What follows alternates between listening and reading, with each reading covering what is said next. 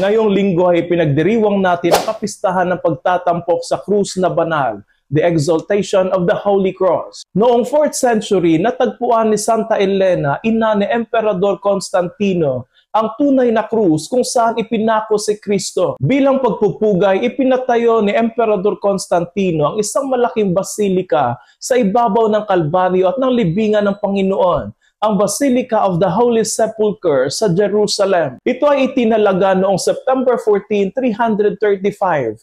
At mula noon ay taon-taon nang ipinagdiriwang ng simbahan ang pagtatampok sa krus na banal. Ang kapistahang ito ay pagdiriwang ng dakilang misteryo ng ating pananampalataya na sa pamamagitan ng krus, ang kasalanan ay natalo, ang kamatayan ay napagtagumpayan. Ang krus na noon ay tanda ng kahihiyan at parusa ay naging tanda ng tagumpay, pag-ibig at pag-asa dahil kay Kristo. Malinaw ang paalala sa atin ng kapistahan ngayon. Walang muling pagkabuhay kung walang krus. Hindi natin makakamtan ang kaligtasan kung hindi dumaan si Kristo sa krus. Tandaan natin na ang krus ang sukdulang patunay ng pag-ibig ng Diyos sa tanan. Pasanin natin lagi ang ating mga krus araw-araw kasama si Kristo, dahil ito ay may dulot lagi sa ating tagumpay at muling pagkabuhay.